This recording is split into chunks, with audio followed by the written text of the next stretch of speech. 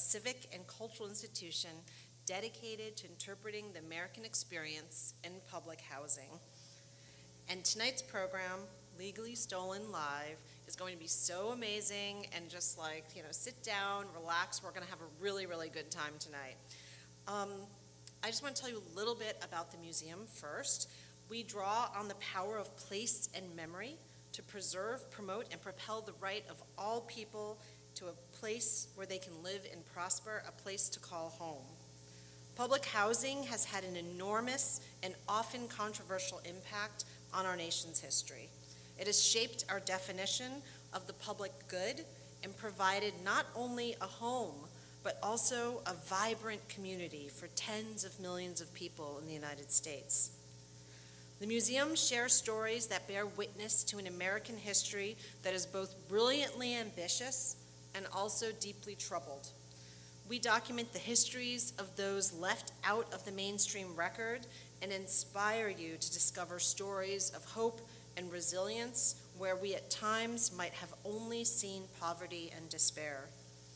With housing insecurity as one of the nation's most critical issues, the museum urges us to all go back in time to ask, what have we not yet learned from history in order to create a better and more collective future for us all?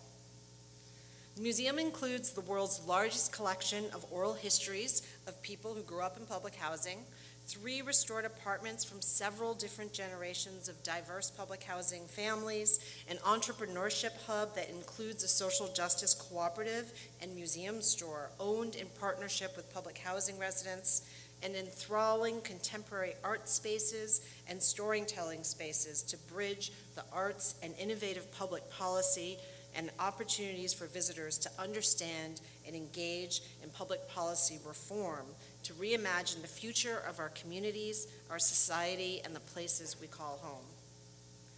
Before we begin, I would like to take a moment to acknowledge that we are gathered here on land that was home to many indigenous nations, including the Ojibwe, the Odawa, and the Potawatomi people.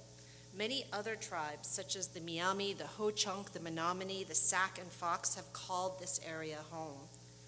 Following the settler violence culminating in the Black Hawk War of 1832 and the 1833 Treaty of Chicago, many indigenous people were forcibly removed from these territories or killed.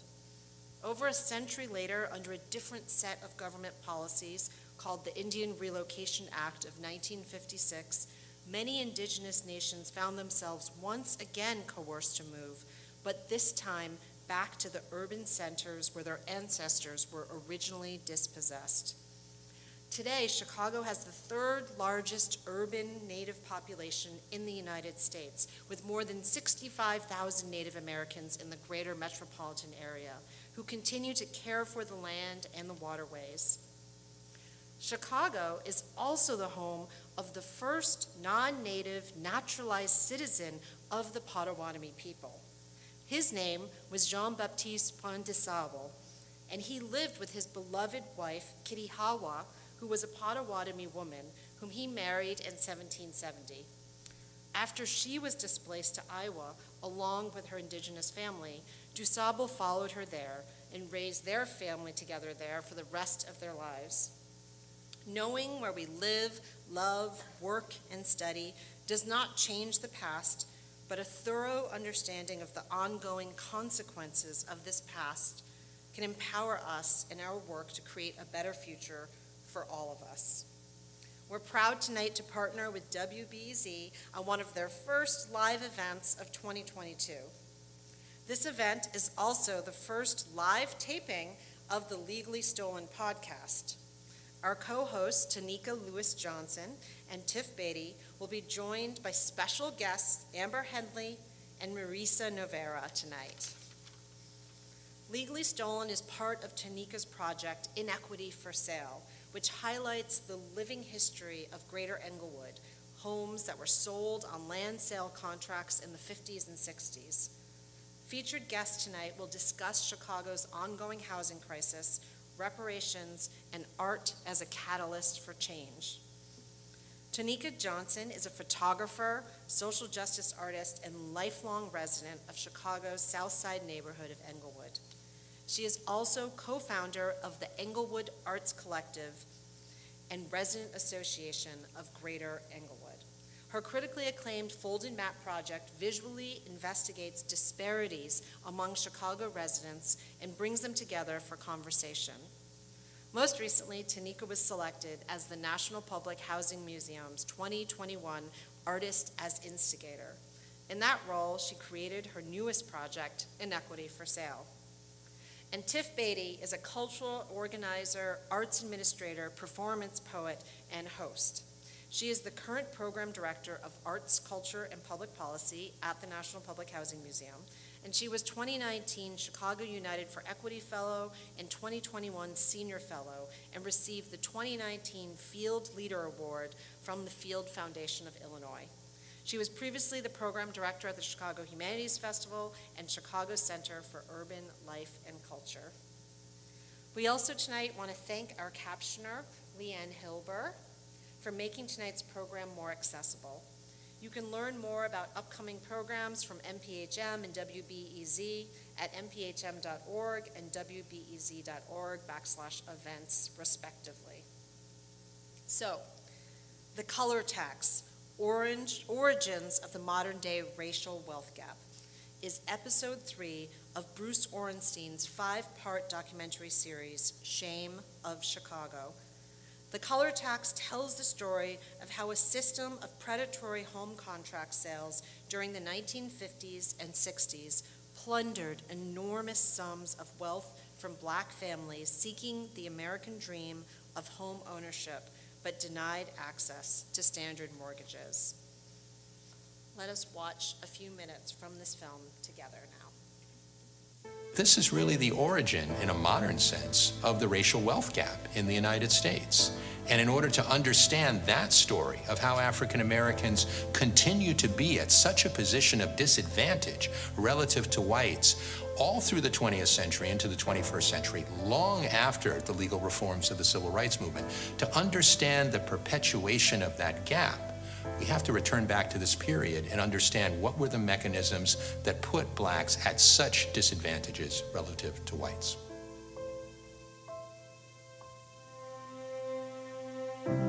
Like many Americans, Sally and Albert Bolton aspired to a home in the suburbs or a better neighborhood inside the city. But in the 1950s, those options weren't open to Black families. So they made a down payment on a house in what was called Chicago's Black Belt. For 2 years, they met their monthly mortgage payments on time. Then one day, they received an eviction notice for being late. One time on one payment. That was when they went to see my father. Mark Satter was an attorney who lived in the racially changing neighborhood North Lawndale. What they asked of him was just to slow down the eviction. They said, we only missed one payment. We think we could pull this together. And if you could give us some time, we could keep it. Reviewing the Boltons' papers, Satter was surprised to see that they had paid 3 times what the seller had paid for it. In fact, he explained to the Boltons, this isn't a mortgage, it's a rent-to-own installment contract. And the man who drew it up, Jay Garan, he's the real owner. After hearing this, they said we were misled in too many ways, and we want to sue him, and we want to stop this. As Satter prepared his case, he learned that the Boltons were not alone. And he realizes that throughout the south and west sides of the city, there are brokers who control large numbers of property, and they're all selling on contract, and they're all selling at these huge markups. And he realizes this is horrifically dangerous. This was the way systems worked. It was a scheme by which someone, could go into a community and take one house and effectively turn it over and over and over and over again. You wanted to evict people. There was incentive to evict people. Evictions? Contracts? Why? Satter asked himself. What's happening here? Home ownership is the basis of a happy, contented family life. And now, through the use of a National Housing Act insured mortgage, is brought within the reach of all citizens on a monthly payment plan no greater than rent. And that's how it works. Say the price of the home you want to buy is $15,000. You make a down payment of $2,000 and the bank lends you the balance, which you pay off at $110 a month for the next 25 years. Part of your payment goes for interest. That's what the bank charges for loaning you the money. The rest pays down your loan. That's your share of the house. With every monthly payment, your share of the house grows. That's called equity. What if you decide to move? You simply sell the house and keep your share. And if the house increases in value, you keep that too. This is how America's building its middle class, and individual families are building wealth, their financial nest eggs. I know, that's how I bought my house, but that's not how black people are treated. Let me show you. It starts with speculators, also called blockbusters. They go into a white neighborhood and knock on doors, telling white homeowners that the blacks are coming. The blacks are coming. Better sell now because the value of your house is going to drop if you don't. I can see your house is worth $15,000, but I'll give you $14,000. Scared, the white homeowner sells. Within days, the speculator hikes the price of the house and sells it to a black family for $27,000. The buyer makes a down payment of $2,000 and is obligated to make payments of $252 a month. So why would anyone buy a house at such a high markup? Because white-owned banks refuse to make loans to blacks, especially if they want to move into a white neighborhood. Desperate for a home and having no other options, they go to the speculator. The speculator draws up a contract. You think it's a mortgage, but it's not. A contract doesn't accrue equity until it's paid off in full. Nada. Nothing. No equity. See, it's right there in the small print. Just check the box and sign your name to agree. So what if you want to move after living in the house for, say, 10 or 15 years? You lose everything. Remember, you don't have equity. You don't have a nest egg to borrow against for a child's education, to make home repairs, or pay for medical emergencies. And like the Bolton family, miss one payment and you're evicted. There's incentive to evict the buyer so the speculator can keep all the money the family has paid and then resell the house to another buyer. Since the Boltons came to me, I've seen court records of hundreds of evictions on this model. Families on both sides are being built so that the speculators make a fortune buying low from whites and selling high to blacks. Federally insured mortgages to whites, price gouging contracts to blacks. Do you see what this is going to do to Chicago's black families and its neighborhoods? And now, through the use of a National Housing Act insured mortgage,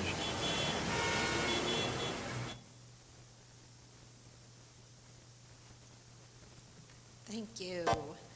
Now, please join me in welcoming the extraordinary Tiff and Tanika to the stage. Yay!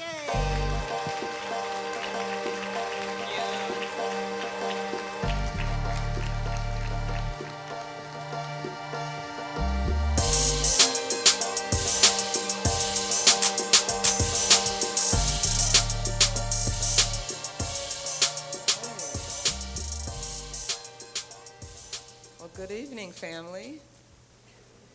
Y'all out there? Good evening, I said. It's so great to be here with you all in Greater Englewood at Kennedy King College. My name is Tiff Beatty. I'm Program Director of Arts, Culture, and Public Policy at the National Public Housing Museum. Oh, yes, and me. I'm Tonika Johnson. I am the National Public Housing Artist as Instigator for 2021, and I'm also an Englewood resident and social justice artist. And the reason we're here. You can say that. You can say that. Yeah. So this is Legally Stolen, the Yes. podcast that is really a deep dive into inequity for sale, Yes. which we're going to get into just a minute. But for those of you who are not aware, we have a 3-episode podcast that Tanika and I co-hosted.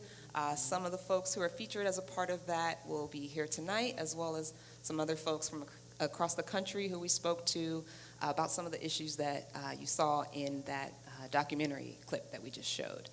So if you listen to podcasts or if you're interested in a deeper dive, it's called Legally Stolen, and we are on Spotify, Apple Podcasts, Google Podcasts, All of the streaming platforms. We're also on mphm.org if you subscribe to the National Public Housing Museum. Or you can actually go to inequityforsale.com. The project actually has a beautiful website, and the podcast is available there. Yeah. So Inequity for Sale, that's really the umbrella project that Legally Stolen is a part of. So just for the people who are just learning, what is Inequity for Sale? Okay, so Inequity for Sale is basically a physical and virtual exploration of homes that were sold on land sale contracts in greater Englewood and citywide. And it really takes a look at how those discriminatory practices contributed to the present day disparities that we see in greater Englewood today. And it really was born out of the question, the lifelong question I had of, why are there so many rotting abandoned homes in my neighborhood? And this project serves to kind of answer that. Yes. So this issue was not just in greater Englewood. It was a widespread issue that had devastating impacts across the city and also other places. But you chose to focus on greater Englewood, and you said a little bit of why, but can you tell us more about your relationship to the greater Englewood community and why you chose to start the project here in this community? Well, for those of you that are familiar with my folded map project, that also was started and centers on greater Englewood because it's my home neighborhood, but it's also the neighborhood that, as I like to say, gets bullied and abused in the media. And since it's the neighborhood that everyone believes is the poster child of everything wrong in Chicago, I just felt like, okay, well, it's time to use this neighborhood as the lens to understand why we struggle with the issues that we struggle with. And so it was just the perfect neighborhood to help illuminate what happened in predominantly black neighborhoods all over the city, and really the west side of Chicago, which was completely devastated by land sale contracts. So, growing up here, returning to greater Englewood as an adult and homeowner, it just became more important to me to understand why greater Englewood's home ownership rate was never higher than what it has been hovering around, which is around 25%. And, as I got older and became a homeowner, that information became more important. And so I thought my folded map project helped people understand segregation in a different way, how it impacts us personally. So I wanted to dive a little deeper to have the follow-up project help people understand why greater Englewood specifically is the way that it is today. And I'm glad you mentioned folded map because there's another map that inspired you, right? Yes. This map here. Can you tell us about this map? Okay, so before I even go into what this map means to me, can I get a show of hands about how many people think that's a lot of dots on the map? If you agree with that's a lot of dots, okay. It looks like consensus to me. Exactly. So that is the number of homes in greater Englewood that was sold on land sale contracts to aspiring black homeowners, people who migrated here with money to become homeowners, and they were lied to and forced into having to get land sale contracts because, as you saw, they couldn't get federally backed mortgages. So this is the map that Amber Hendley, the lead researcher of the report that's connected to the documentary you saw, and you'll meet her soon. This is the map that she handed to me, actually to a group of residents at the Housing Task Force meeting. Some of them were here. Tina was at that meeting too. And she passed out this map. We had a screening of the documentary from the clip that you all saw. And when she handed out this map, of course it spoke to me. As I said, I did folded map. So I got curious because the report didn't really focus on the location specifically, the micro, the houses, the addresses. And so once Amber passed out this map, I was like, that's a lot of homes. I wonder what they look like today. Are they still here today? Are they vacant lots? Yeah, so Yeah. And that's what it means to me. What'd you do? Well, when you had that question. After the panel and the screening, I went up to Amber and I asked her, do you have the addresses that populated this map? And she said, yes. And I just humbly asked her, can I have them? And she agreed. She agreed. And so that's when I started to drive around, you know, and look at the addresses. And that's when I discovered that the first, like, 25 that I had drove around to, most of them were abandoned homes or vacant lots. And I was like, yo, this is history. Like, we are living amongst history and don't even know it. Yeah. You know, this is evidence. Like, I literally looked at each of those homes as like evidence of a crime that was done, and it was a cold case. That's how I looked at it. So yeah, that's what this map means to me.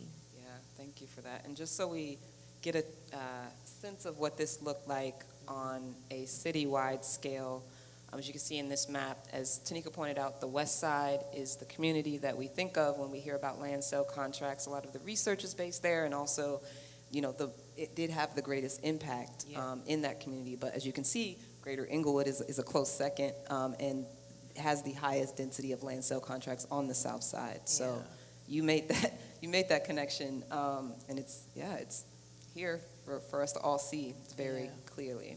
Yeah. So you are making this argument that this legalized theft, as you know, people who have studied this, and you are claiming, not only robbed these homeowners or would-be black homeowners of building wealth through home ownership, but it also had an impact on the community today. The disinvestment that we see today, there's a direct link, right? So you talked about the vacant lots, the abandoned homes as evidence of this crime, of this legal crime. So are there other examples of evidence that we can see that this happened? Well, let's pull up that slide. There's so much evidence of how this period impacts us today. Greater Englewood has the most closed schools of any neighborhood in Chicago, which we all understand how schools are funded. We have a low home ownership rate. We have a severe loss in population that's directly connected to not only home ownership, but the disinvestment of homes here. The vacant lot stock, the home ownership stock is not in abundance. You have to renovate homes just to be able to sell them or to make them livable. And the issues with crime. All of this started because of the land sale contracts. The homes that families lost, and that was never recovered. The businesses that left as a result of the population loss, the schools that got underfunded because there is low home ownership. So everything that all of the residents in Greater Englewood today are struggling with and fighting for, have been actively fighting for, it began with this. Because I also wanted the project to help people not only think about the issues that Greater Englewood is struggling with, but to understand that map that you all said it was a lot of dots. Just imagine if all of those people actually did own their homes. I mean, I'm not great at math, I'm a visual learner, but I would say that would probably be like 80% home ownership rate, right? Because this was 50s and 60s when black people were moving into the neighborhood. So those dots would have represented homeowners. That would have changed the trajectory of where Englewood would be today. Over 600 homes in Greater Englewood? Yes, a little over 600 homes in Greater Englewood were sold on land sale contracts. And if that doesn't seem like a lot today, just put yourself back in the 50s and 60s when it was transitioning into a black neighborhood. That's nearly almost all of the black people that were trying to become homeowners.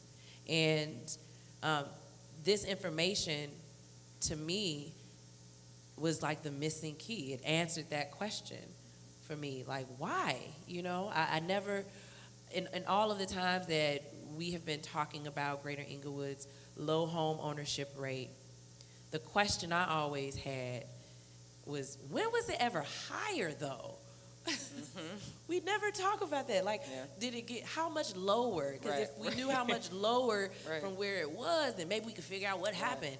And so I'm just like, we just only talk about how low it is. And so this report and this information, almost this hidden history, like answered it for me. And I wanted to be able to share that with the community, not only to help empower, but to validate the work that everybody is doing here. Like, this is, the work that you're doing is repairing a historical harm, and we literally are living in the evidence of it. And I have this slide up here too, 3,366, so that's the citywide number, and that's what we can count, right? Yes, that's just the fraction. Documented number of homes. It wasn't required to document the homes being sold as land sale contracts. And Amber can speak more to that when she comes out. But again, in the 50s and 60s, that's a huge number. That's basically, it happened enough to individuals, so many individuals, that it had an impact on the actual neighborhoods and the communities for decades. So it wasn't even about it happening to singular families or individuals. It happened so much that the whole neighborhood was affected. And still is today. Still is. Yeah.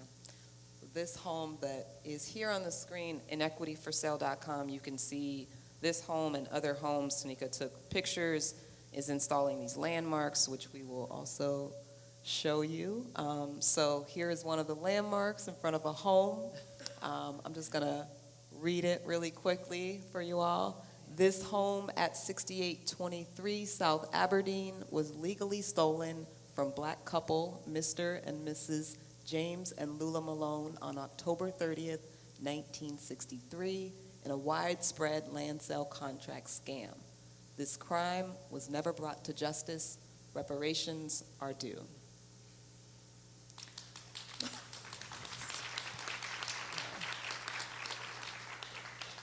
So the language is strong, the visual is strong to match, I think, the gravity of the issue. As someone who's been a part of this project, literally watched it grow from an idea, an urge, to inspiring people across the city, across the nation, even in different fields, from other artists to real estate professionals to folks who didn't really know that this issue impacted them, to getting, engaged, including your neighbors in Englewood. You've gotten a lot of attention for this project. It hasn't all been positive. So tell us, we're going to get to the positive responses, but we want to be real as well. Tell us a little bit about some of the responses that we got. Yeah, so, the sign that you all just saw, the house that it was in front of, well, the quote-unquote private owner of that home got upset.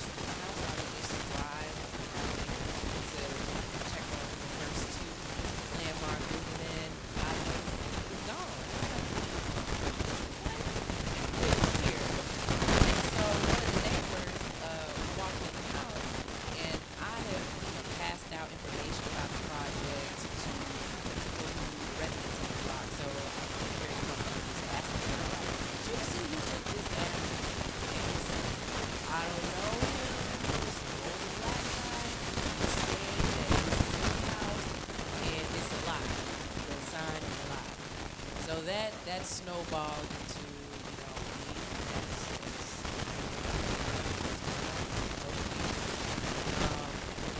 and Block Club Chicago contacted me about it, and they wrote a piece and actually interviewed they found out who the man was and interviewed him, and he felt like it made him appear to be a thief, and he said that, I should have asked, private owners, and, my stance was the house is abandoned and visibly rotting, and I really don't have any respect for private owners who have properties in my neighborhood that I'm a homeowner in that appreciates the value, not only the neighborhood, but the other homeowners on the block.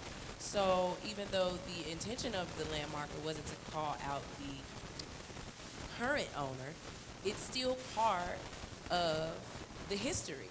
The only reason that anybody could own a property and not care about how it looked, if it was lived in, is if it were inexpensive, and it didn't really matter to them. And the only reason it doesn't matter, and the only reason it was inexpensive, is because it was a land sale contract home that was continually depreciating in value. So, that's what happened. But the funny part is, I also got information after the article, or during the time that the article was being written, from the Cook County Land Bank, that he doesn't even own the house. He hadn't paid taxes in 3 years, and the property is currently in processing at the Cook County Land Bank. So yeah, but I was actually happy that all of this happened because it shows the impact of the present day complexity of this historical issue. Like even the current owners could be mad about this whole situation as a direct result of what happened in the 50s and 60s. So we can't say that it doesn't matter. It literally does. Yeah. On the other hand, the media has been overwhelmingly positive. You all may have seen, the Block Club article. There's so many, I can't even name them all. Cranes, the Tribune, they're all, covering this project because I do think that they see how it connects to, the other news stories that we hear about Greater Englewood. Another story to add that really, explains a lot. And so It shifts blame off of who they like to blame, which is the residents. So, that's why the media attention is also part of the experience process. We need to understand that not only do the residents today care, but the residents in the 50s and 60s, they cared. They wanted to be homeowners. They had money. They were literally so yeah, no. Say sorry. It's your time. But we're going to keep going. So I know you want to share this clip from BBC5. Not only does it tell that story, great footage of the visual impact. We can see a little bit of the landmarker here, but just want to make sure you all see this. We also encourage you to drive around. There is still one that's up.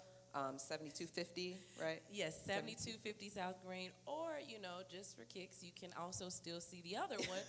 The cement base and the pole is still there. Right, at 6823 South Aberdeen. Yeah. And more will be coming, so we'll talk more about that as well.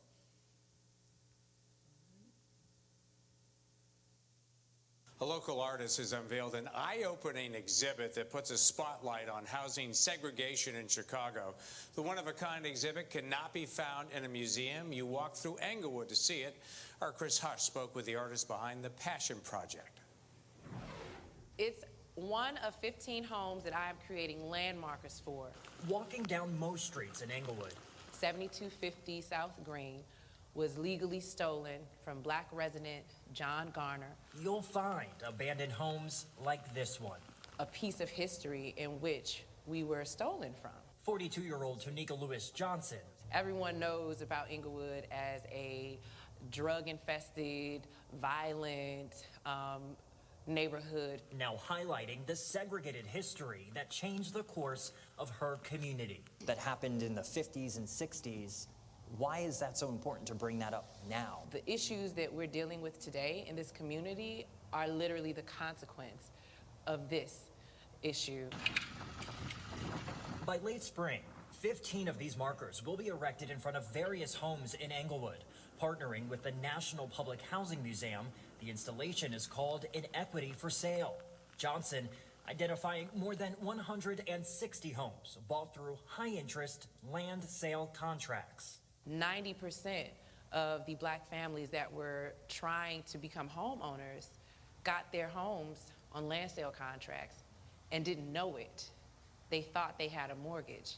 Paving the way for the blight many Chicagoans see today. Inviting the community in and to be able to see it, again, on the block in the neighborhood is really powerful. Visitors can see a brief history of the property, then scan a QR code on their phone to learn just how detrimental land sale contracts were for black families trying to build wealth. I really just want people to reimagine what Englewood could be today if those families were not stolen from and taken advantage of. Understanding the past to understand how we got here and how to move forward. Chris Hush, NBC5 News. All right. Amber Henley is a passionate researcher, educator, and self-proclaimed reluctant activist, she told us. She's the lead researcher and co-author of the Plunder of Black Wealth in Chicago report, which we've been referencing. She currently works in community development, including directly with groups like Residents Association for Greater Englewood, aka RAGE. So she was our community partner as well with this event. Hey, RAGE. I'm excited to welcome Amber Henley to the stage. Y'all give it up. The lady who gave me the map. Hey. Hi, Amber. Now, as you all heard earlier, we wouldn't, in some ways we wouldn't be here today if it weren't for Amber and Amber's work. Amber, excited for you to share some of the key findings of the Plunder of Black Wealth report. But before we get into the numbers and what they mean, we'd love to hear a little bit of your story and how you got into this work. And also, I would love to hear about how you two met. And I'm sure other people are curious as well. Okay, so I am originally from Savannah, Georgia. I'm a black Southerner. So in my graduate program, I studied under Sandy Darity, who is like a leader in thoughts around reparations and the black-white wealth gap. And so I started studying reparations. Well, I started with the wealth gap, interest in that, and then went to reparations under Dr. Darity and was connected to this project that I thought would be an awesome opportunity to make an argument for reparations about something in real time, because our focus was federal reparations, and you always hear about the reasons why that's going to have what kind of opposition you'll run into. And so I'm like, this will be a great trial run to figure out how to get this federal reparations program. Let's start with something at a local level where we can create this data set, we can make it real. I didn't understand that I was going to meet Tanika and she was going to make it even realer, right? Because the numbers are interesting to me because I like numbers. But then when you put a number, but then you see what happens, that's an argument for reparations. So my interest in reparations brought me to this work because I was hoping to be able to make a viable argument for reparations as it relates to contract selling.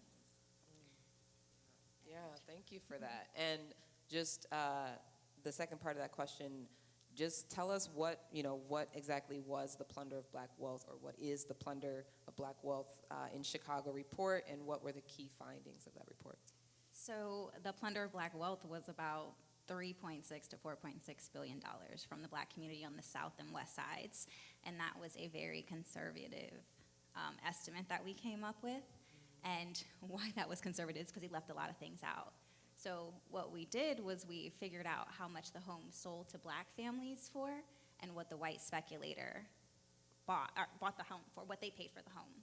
And we kept the interest rates the same. We used 7%, and I might be giving you a little bit too much information, but I think that matters. We kept because you just wanted to see what the upcharge would have been. So we kept the interest rates the same. That's what makes it conservative, because the interest rates were actually higher. Yeah.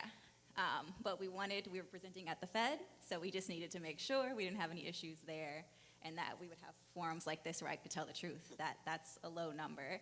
And that number was adjusted for inflation in today's dollars. So if you actually read the report, it's a little bit lower because of inflation. But it felt like 3.6 to 4.6 today. Wow. Other things that we found were so our study looked from 1950s through 1970s. We wanted to capture all of the Great Migration, which would have been 40 through 70, but the data set that we had only started in the 50s. That was related directly to the CBL movement and the court cases. We used the court records to figure out the values there. CBL? Contract Buyers League, which was the organizing body that put together the payment strikes and was very, very important in terms of the 2 court cases that they lost. And the court cases, again, they did lose these court cases, but that gave us the records. It had all of the addresses that I was able to share with Tanika, and it had lots of numeric values so we could understand how much these homes were sold for and how much they were bought for. So some of the other things that we saw were, on average, about $657 a month a Black family would have paid for their mortgage versus a white family. Between 75 to 95% of homes sold to Black families were bought on contract during the Great Migration here in Chicago, and we used the community area fact books to see that there were about 60,100 homes that were bought by Black families between 1950 and 1970. Y'all hear that? 60,100. We've been home buying, okay? And I should have checked what the population was, because if anybody wants to say that number, we can figure that one out, just to show you like what the percentage of Black home ownership. Oh, I missed that mark. So that's something that'll be coming. I'm going to share that with Tanika, and she's going to find a way to use that. But we know that that's how many Black home buyers there were, but I'm going to get that number for how many Black families so we can see that percentage rate, because you asked that question, and I can find it for Englewood in particular. See how her brain works? Love it.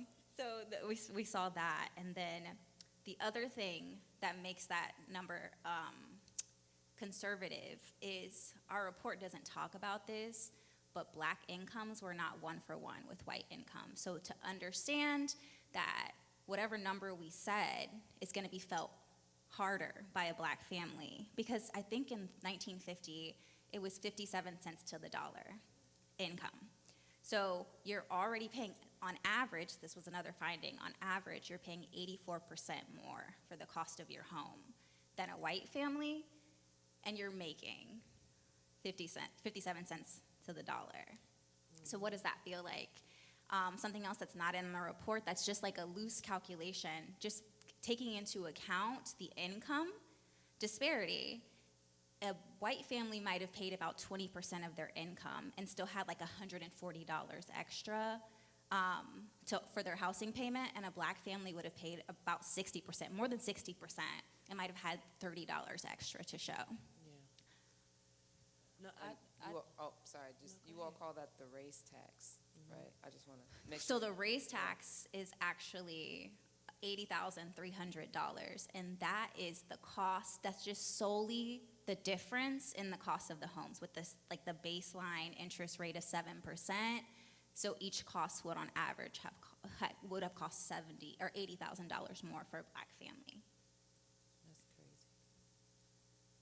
And I was also going to say that huge disparity and upcharge actually culturally, explains a lot about how Black people operate in their homes.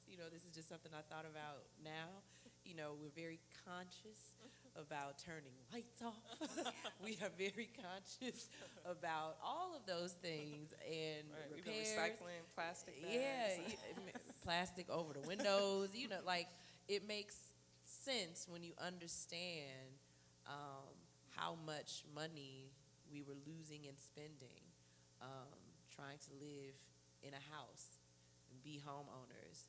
A lot of those cultural habits we have kind of formed out of that. Because there's that difference, and it may not make sense because that's the 1950, the 33 versus the 140. That conversion would have felt, it would have had a heavier weight. But just thinking, when I calculated that, I'm like, but then the bills.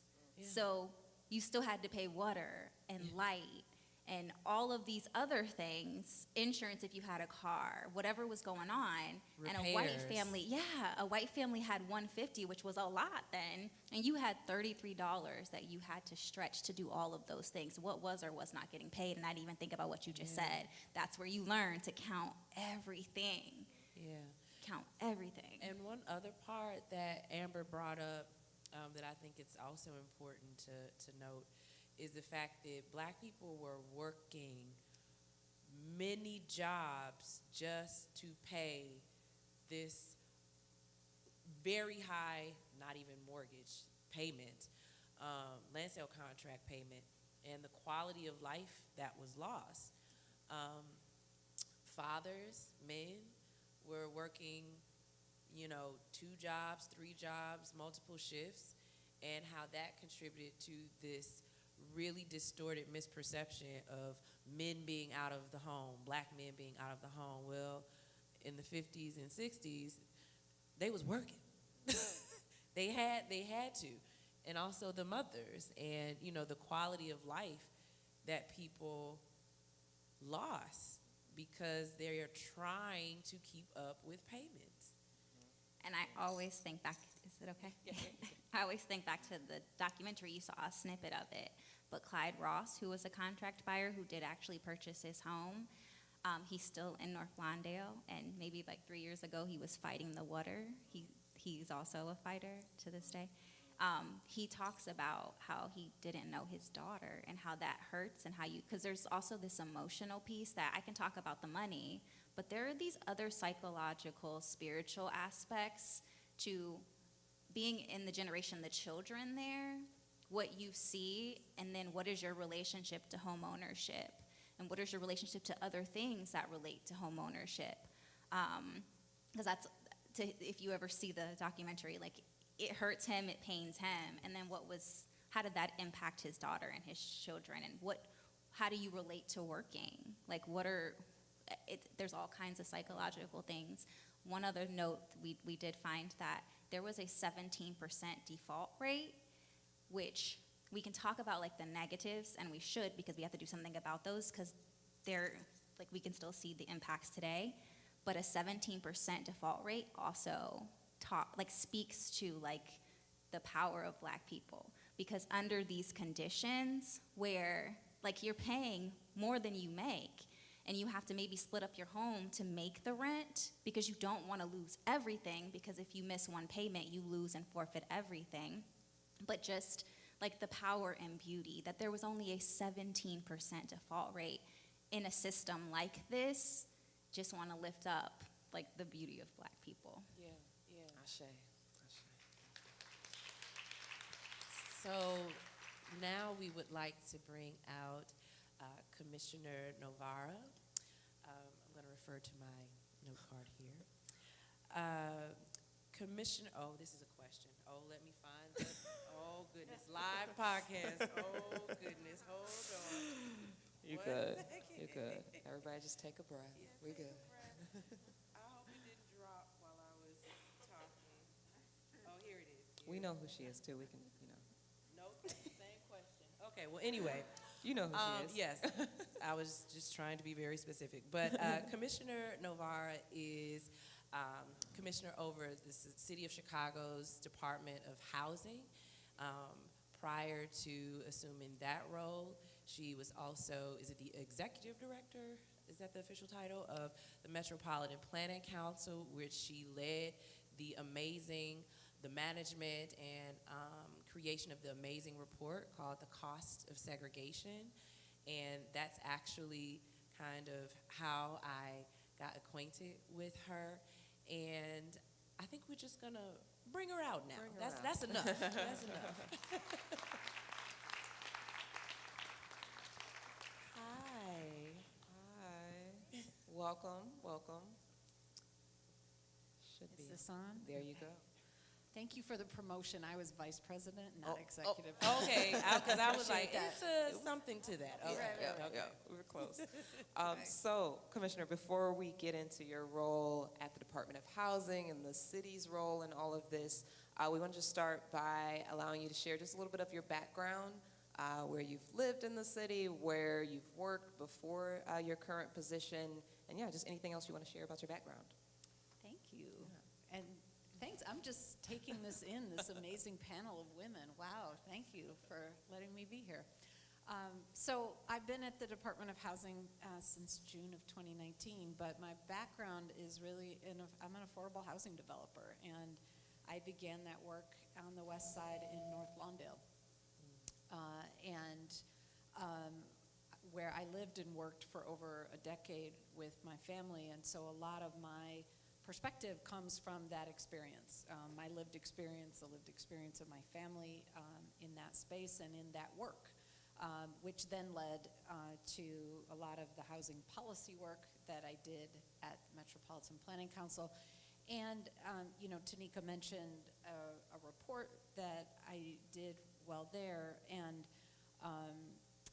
it really grew from a question that I had and I couldn't find an answer to, which was we were trying to push the city at that point. I was outside of the city trying to push them to make some changes to some policies, and the changes that I was pushing, the response I was getting from developers and others was, oh, that would be too expensive.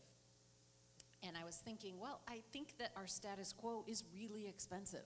I think that the way our city is set up is incredibly costly to us as human beings, but I don't have a way to talk about that or quantify it in any way, and I wonder if that's even possible. And so to the power of asking questions and then trying to answer them, that's where that came from. And that's where I first got acquainted with Tanika's work on the folded map and all of that. So, to one of many joint conversations that we've had, and I hope we'll continue to have. Reports inspire my projects, as you can see. Yeah. So we also had a question just about the Department of Housing, maybe just backing up a bit for those in the room, including myself. What does the Department of Housing do? And in your role, particularly, what are you trying to do? So a really interesting thing that you might not know is that the Department of Housing didn't exist for the 10 years before I took this role. It had been a department. When I was developing affordable housing, it was a department, and then it was collapsed into the Department of Planning for a decade. And so when I took the role of commissioner, it was the first commissioner that had been for 10 years, and I had a long list of things to do, but turns out so did lots of other people. Had a long list of things they felt were overdue, understandably, once this was now again a department, and there was someone to really go to with those concerns. And so as a department, what we do is fund affordable housing, and that includes rental housing as well as for sale. We also fund delegate agencies. We fund community-based organizations across the city to do things like home ownership, foreclosure, counseling, all kinds of things. I think our staff person is here. She's like, there's 4,000 other things we do. Come on.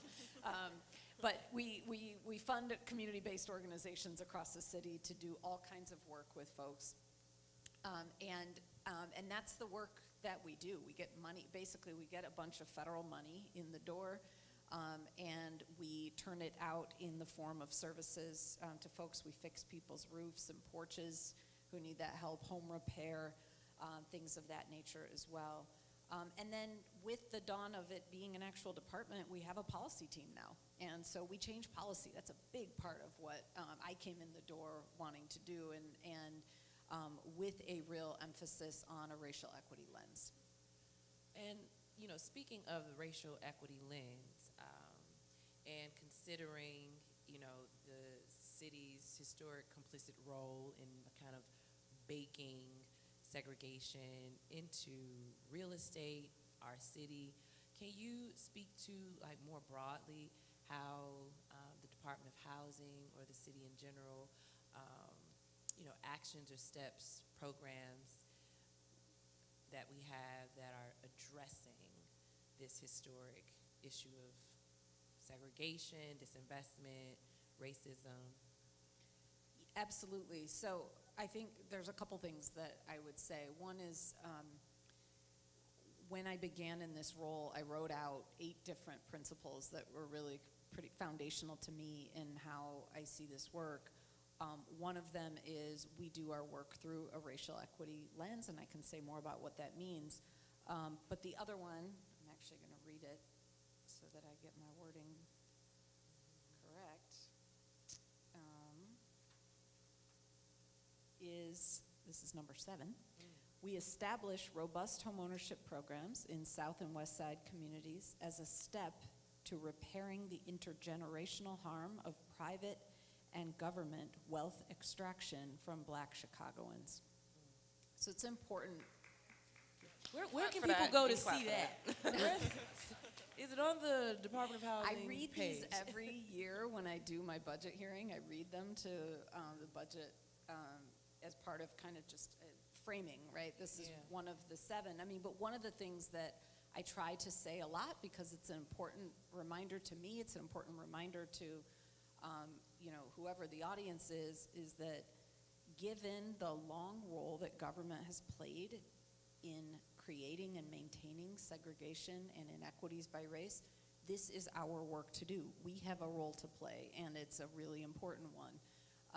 And so some of how that looks is, we have been very proactive, and we've actually worked with Amber on this in North Lawndale. We've been very proactive in saying there's a really dynamic community organizing effort in North Lawndale that is organizing around for sale affordable home ownership at a larger scale than we've ever done on city-owned land. And so it's not just, can we give our land to somebody to develop it? Yes, we can and should do that. But why? Because we have a role to play in righting the wrongs and the wealth extraction that occurred in the North Lawndale community and in many others, right? And so I want to come back to that because, we did do a little research based on the data that Amber created and that Tonika shared with us on what's the overlap of the land the vacant land the city owns and this spreadsheet, right? And so I want to talk about that. But to finish answering your question about kind of what do we... I know it's a lot. I know. To finish answering your question about sort of what are we doing and what's our role, here's the other thing that I very much came in the door wanting to do, and with the help and leadership of our managing deputy, Cindy Soto, who's here, we did a racial equity impact assessment of our own rental housing.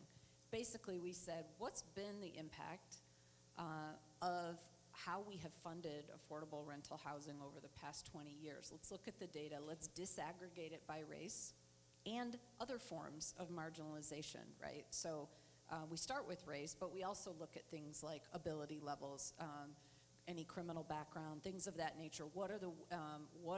How are we doing? And when you do that, the scary thing is you don't know what you're going to find, and then you got to be honest about the results and do something about it, right? So we went into it knowing that, and the important thing I do want to say is that you got to separate intent. We have amazing folks who work at the Department of Housing, who are amazing people, who live in and care about the very communities we're talking about, right? It's not about them as people. It's about saying, despite our best efforts, we know that in this country, racism is the autopilot. And if we're not actively in there, like messing with the gears and yanking on the wheel, we will reinforce that. And so what do we need to do? And you only know if you've fully analyzed what you have done. That's the only way you know what you need to change. So what we learned from that, we learned a couple things. One, we had been silent up to this point as to who actually develops affordable housing, and therefore who builds wealth from the development of affordable housing. So, to go back to, the statement I just made, race-neutral policies are never going to get you race-neutral results, right? So we know that unless we are actively saying we want to see people of color, we want to see black and brown developers and contractors building wealth through this process, and that's what we will be looking for when you submit to us for funding. If we don't say that, that's not what we're going to get in the numbers we want to see, right? We also saw that we had some work to do in terms of our distribution of where our affordable housing was.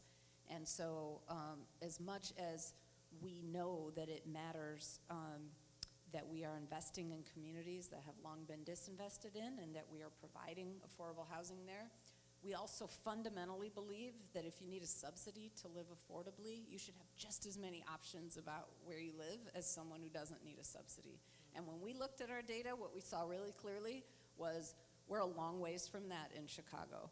And so we made some real changes in our next round for proposals. We said we expect to see affordable housing in high-income areas proposed. We expect to see affordable housing in areas that are gentrifying and displacing people proposed, as well as affordable housing in areas that have long been disinvested. So those are some of the changes that we've been making and trying to institutionalize.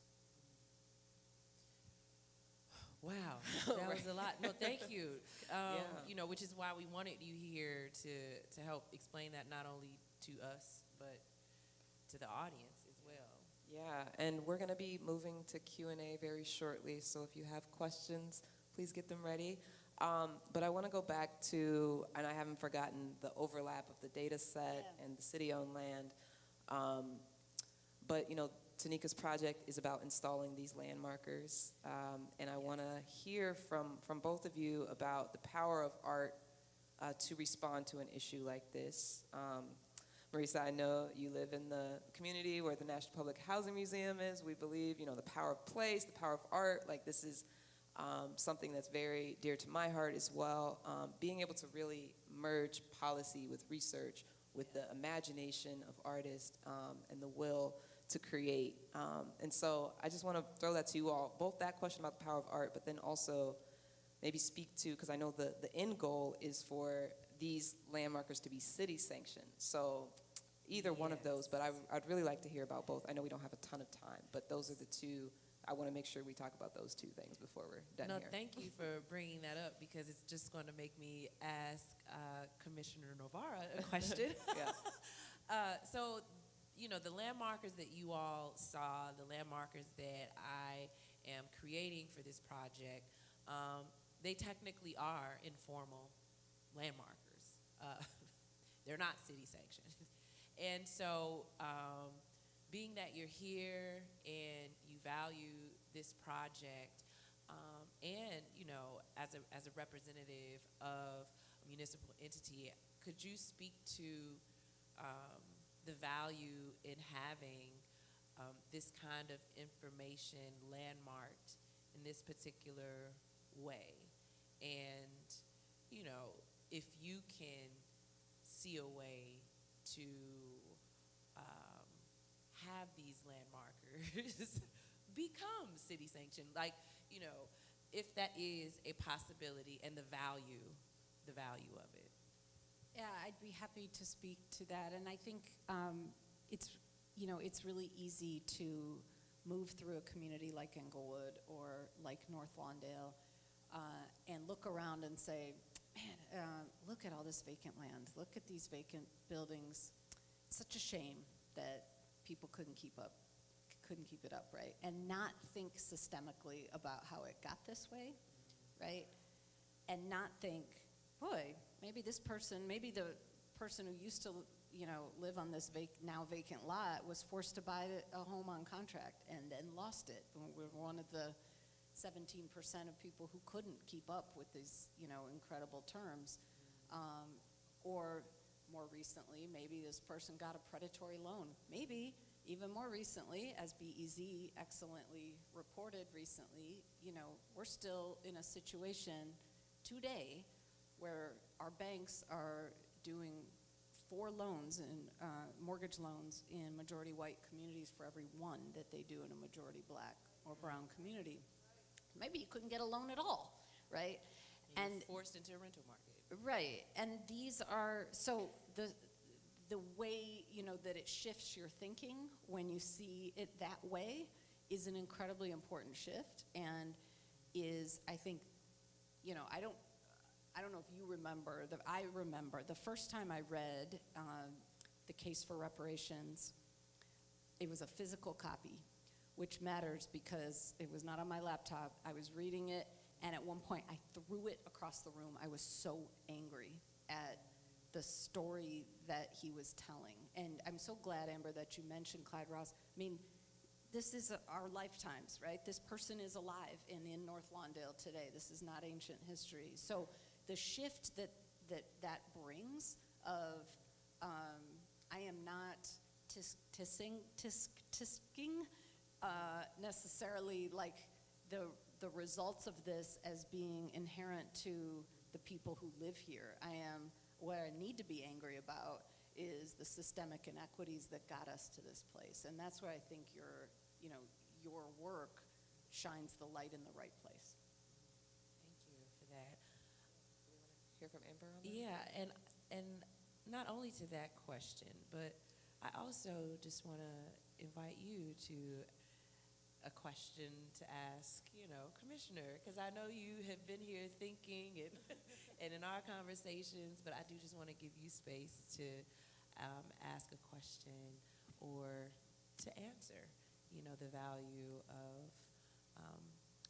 the properties part of this report being landmarked.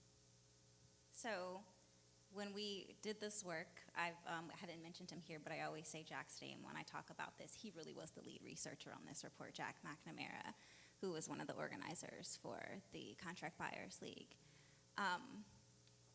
When we were working on it, we kept saying, this is great that we have this number, but as I said when I came out here, I wanted to make a viable argument for reparations. And so we had this number, and we're taking meetings with people, and we've kind of fine-tuned what he called restitution homes, which was the model for reparations that he wanted to see come to life here in Chicago and maybe be a model in other places. But we weren't really getting any traction. And then the question that we didn't answer was how we met. And it was at a task force, a housing task force, Englewood Housing Task Force, screening of the documentary, and then we had a panel discussion. And I shared the map. And Tanika likes maps. And when she saw the maps and she saw all those red dots, that kind of whatever, and she came and we started talking about it. But it was kind of dead. They produced the report. We had this thing at the Fed, and that's all great. But we wanted something to come of it. So we kept pushing, and there was no traction until Tanika took this map and then started taking these photographs. And now we're meeting with Commissioner Navarra. That's incredible. We talked about that because I'm we have the addresses. We have the addresses. We have the values. We have people's names, y'all. Isn't this a viable argument for reparations? Jack and I felt like we had something powerful, and we're pushing and we're pushing and we're pushing, and everybody loved the report. Everybody thought the numbers were great, so cool, but it didn't get any movement to action. It really didn't. And Tanika, again, took the addresses, started putting these markers up, and again, we're meeting with Commissioner Navarra. We're meeting with Eleanor Gorski of the Cook County Land Bank, which a lot of the former land sale contract homes are in their inventory as well. And I'm shaking, but yeah, she reached out on Instagram, as a matter of fact, because she is the one that shared with me that the private owner that took down the sign didn't own it. So yeah, the connections are being made. And I want to point out what you said to me when I started sharing the information with you, because this was over a couple of years ago, a few years ago. Amber said, I am so excited for you to breathe new life into this report. And, that's just really special to to me because the work that you all have done is just amazing. And it's the information that so many people in Greater Englewood are actively working to address and don't even know all of the details of the history, and the report provides that. And I just want to thank you, thank you for that. I want to thank you, Tanika, because we might get reparations out of this because of what you're doing. So, well, and speaking of which, some of you all may have noticed we have one special guest who was not able to join us today. Former Evanston Alderman Robin Ruth Simmons, who's now founder and executive director of First Repair. We want to encourage you to check out her work. It's firstrepair.org. She was instrumental in passing, the first municipally, I don't know whatever that word is, city legislation for reparations. Yeah. And now she's doing that work, basically teaching other cities how to do it.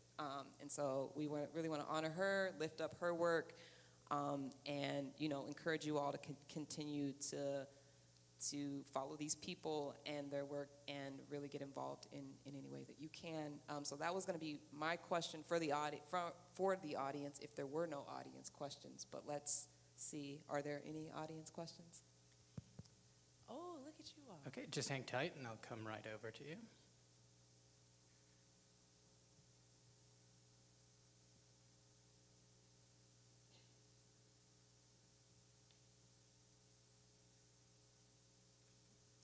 Hello, everybody. I am Janetta Pegues, and I am going to try very hard to keep it together. There's so many connections. First of all, I was born and raised in the Abla Homes right down the street from this museum. I spent much of my formative childhood at 2103 South Christiana in the Lawndale community. I am now a resident of Englewood. I live right down the street on 65th and Yale. I'm a proud member of RAGE. Today, I spoke with my real estate agent. I'm interested in purchasing a house right here on Englewood. I am also in the process of working with NACA. I'm not interested in being sold up the river by any bank, okay? So my charge, my question to you is, you guys gotta help me. I'm Exhibit A. Okay, and I want to be a homeowner desperately. I've rented all of my life, and I'm in a good place now. I paid off all my bills, and I'm ready to do this. So, will you help me? yes. Thank you for sharing that. And let's give her another round of applause for sharing that with us and for getting yourself in the position to, achieve what you want. I'm a new second-time homeowner, so I understand, oh goodness, the challenges of just getting to a position to be able to do that. So I'll leave that question open for maybe you two to offer some kind of answer. Yes. We already have my email, so I'll email you.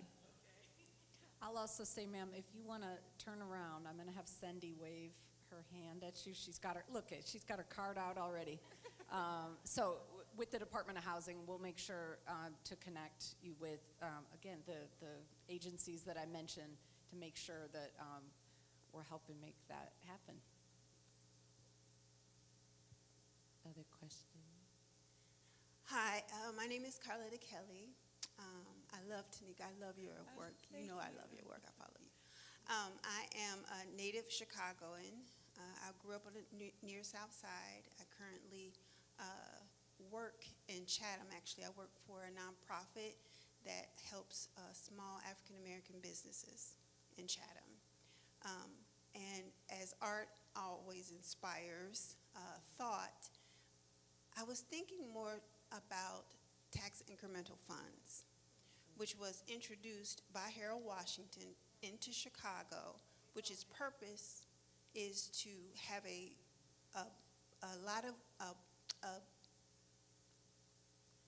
area of money for blighted neighborhoods so that people could access some funds to renovate their neighborhood, correct? Tax incremental funds that were there, that's what their purpose was. But unfortunately, again, when African Americans do not have the funds to make the repairs so they can be reimbursed by this pool of money, the tax incremental funds go out of the community yet again. It goes to downtown or the north side because those funds are not being used, where the mayor can, which Daley Jr. did, said, okay, I'm gonna take these TIF funds and develop other areas. Is there any research being done? And correct me, I'm a history buff and these are things that I've heard and read. Is there any work toward how tax incremental funds, their original purpose was for it to have a pool of money for blighted communities to be able to develop and renovate their own communities. And they get taken away because these neighborhoods can't get the loans to do the renovation to get the reimbursement. I was wondering if the commissioner could speak anything to that process. Thank you for that question. I'd be happy to, and I want to thank you for raising it as well. So a couple things. I think I agree with the sentiment that TIF is not bringing the resources that it could in disinvested communities. I would say it's largely for a different reason, which is because it's less that it's going elsewhere and more that the way that TIF essentially functions is that you freeze values in year one, and what it generates, what new property taxes generate, is then what's kept aside and then spent on eligible activities. The issue is that if you've got a community that isn't booming, you don't get a big jump in property value and in property taxes, and so you have some TIFs that don't generate much money, and so there's not much to then use to reinvest. And then you have TIFs that, we had definitely some creative uses of the word blighted over time, and so you have some that are in areas that are booming and generating lots of money. And so there's inequities in the amount of money that's generated by them. They're not created equal because it's based on the local values, right? But I will say that we have been very purposeful. The example I gave in North Lawndale, where we are doing a massive scale home ownership initiative, and for the first time, the city is actually paying to clean our own land and to do the site prep on our own land so that we're not passing that cost on to the buyer so we can keep those low. And the way we're paying for that is with TIF. So we worked with the Alderman Scott in Lawndale, to allocate $5 million from that TIF so that we can do that preparatory work and keep the costs down. So there are lots of, and we use TIF a lot actually in our multifamily rental developments to help pay for those developments. So there are examples where we're using it in exactly the ways that you would hope and expect. It's just it is fundamentally an inequitable tool because it only generates as much money as the community itself accelerates in value. And so our issue would again be the devaluation of our neighborhood removes us from even accessing those funds. Can we, one more question? We got one last question here. Hi there, thank you so much. My name is Annie Howard. I am a housing organizer with the Chicago Housing Justice League. We are working on the Just Cause for Eviction bill, which, long story short, would keep people in their homes as renters if they've done nothing wrong. A thing I'm thinking a lot about tonight and what's been discussed when folks were trying to buy homes in the 40s and 50s and didn't even get the security of a mortgage that you're talking about, And when we're in a situation now where Englewood has 75% renter rate, I'm thinking about how much just the lack of stability that renters face in the world that we live in, both now and historically. We also mentioned, I think, the Great Recession and the consequences for home buyers at that point. I'm just kind of curious to think about, with the long-standing history, and one other thing about Just Cause, we often hear about the potential harms to landlords of Just Cause, but not the many benefits that renters will get by staying in their homes and having that security. Even if they're not getting money from being able to own a home, you at least have the investment in your community and not the fear that you would be kicked out of your home for no reason, which happens all the time in largely Black neighborhoods in the city. And so I guess what I'm trying to think about and ask about is, with homeownership being something that is so tied to citizenship in this country, I often hear from those politicians who are opposed to Just Cause, basically that they only think the homeowners in their communities are important. And so given that we're in a neighborhood where 3/4 of the community doesn't even have access to homeownership because of all of this history, how do we begin to understand citizenship and someone's right to stay in a community if they don't even have the basic security of their home if they're renting it and they don't have access to something like a mortgage that has the security that they should have had decades ago that we clearly didn't get because of the contract buying. Yeah. I would love for Amber to speak to the work that she's doing in partnership with RAGE around the Buy the Blocks program, but also, Greater Englewood, is, as you said, is a community of renters. I was a renter. This woman here just talked about how she was a renter her whole life, and I personally am disgusted with the way that just real estate industry, people who think about real estate only focus on homeowners as like valuable to a community and not renters who, are just as invested in a community, and regardless of whatever reason they remain renters, they are still valuable to a community. And I think that Greater Englewood is also a demonstration of how we value people who want to become homeowners as also existing renters. RAGE as a resident organization is not just only comprised of homeowners.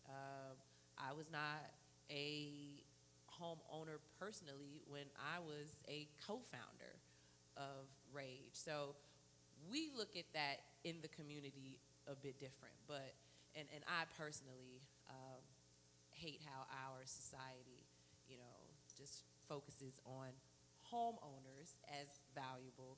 But, this is the system we're in, and I'll just alley-oop it to Amber to talk about the many great things and programs that she's a part of that are helping individuals who want to become homeowners that are renters, and how that's a perfect population of people, long-time renters, the perfect population of people, like you just heard, to assist in becoming homeowners. So I think that's how we look at it in Greater Englewood, and you could speak to that. And as you were talking, I was thinking about the work that RAGE is doing. It does take time, right? But what RAGE is doing with Buy the Block is encouraging, I know North Mondalians, what do you say, Englewoodians? I know, right? I don't. Englewoodians.